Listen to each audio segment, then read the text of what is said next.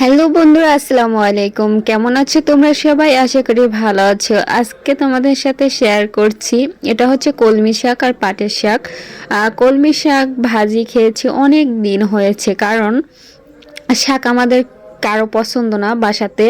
এই জন্য খুবই শাক আর কি কম খাওয়া হয়, মাছ গোছ এগুলো বেশি খাওয়া হয়। এই জন্য আজকে ভাবলাম যে শাকের রেসিপি তোমাদের সাথে শেয়ার করব, কিন্তু কি ভাগ্যটা খারাপ, শাকের রেসিপিটা তোমাদের সাথে শেয়ার করতে পারি নাই, খুবই বৃষ্টি ছিল তাই।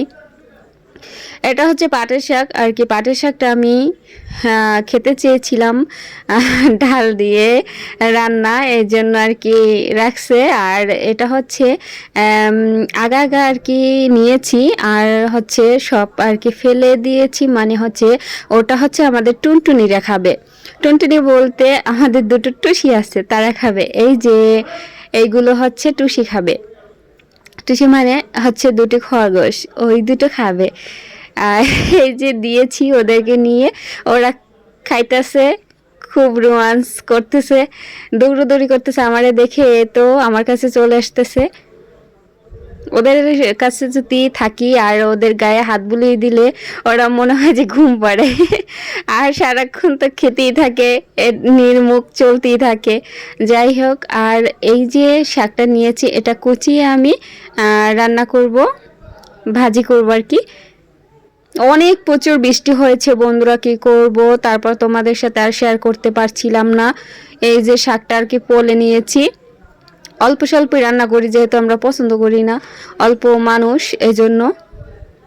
এই যে শাকটা পলে কাঁচামরিচ আর কি দিয়েছি। এই যে দেখো বাহিরে কি প্রচুর বৃষ্টি হচ্ছে, অনেক বৃষ্টি হচ্ছিল আর আকাশে ডাকছিল, এই জন্য আর কি আকাশে ডাকে, এই জন্য হচ্ছে কারেন্ট আর কি নিয়ে গেছে। আমাদের রেল লাইনে হচ্ছে একটু বৃষ্টি নামলে হচ্ছে কারেন্টটা চলে যায়, শান্তি নাই। শান্তির মায় মারা গেছে, কি বলবো আর। আম, এখন এই যে তোমাদের সাথে আর কি শেয়ার করছিলাম, বাসার ভিতরে আর কি অন্ধকার, কারেন্ট না থাকলে তো জানোই ভালো লাগে না। এই জন্য আমি বাহিরে এসে তোমাদের সাথে আর কি শেয়ার করছি আমাদের বৃষ্টি, রহমতের বৃষ্টি, তাই না? অনেক সহজে কিন্তু বৃষ্টি হয় না, কি রৌদ্র, রৌদ্রে কি বলবো।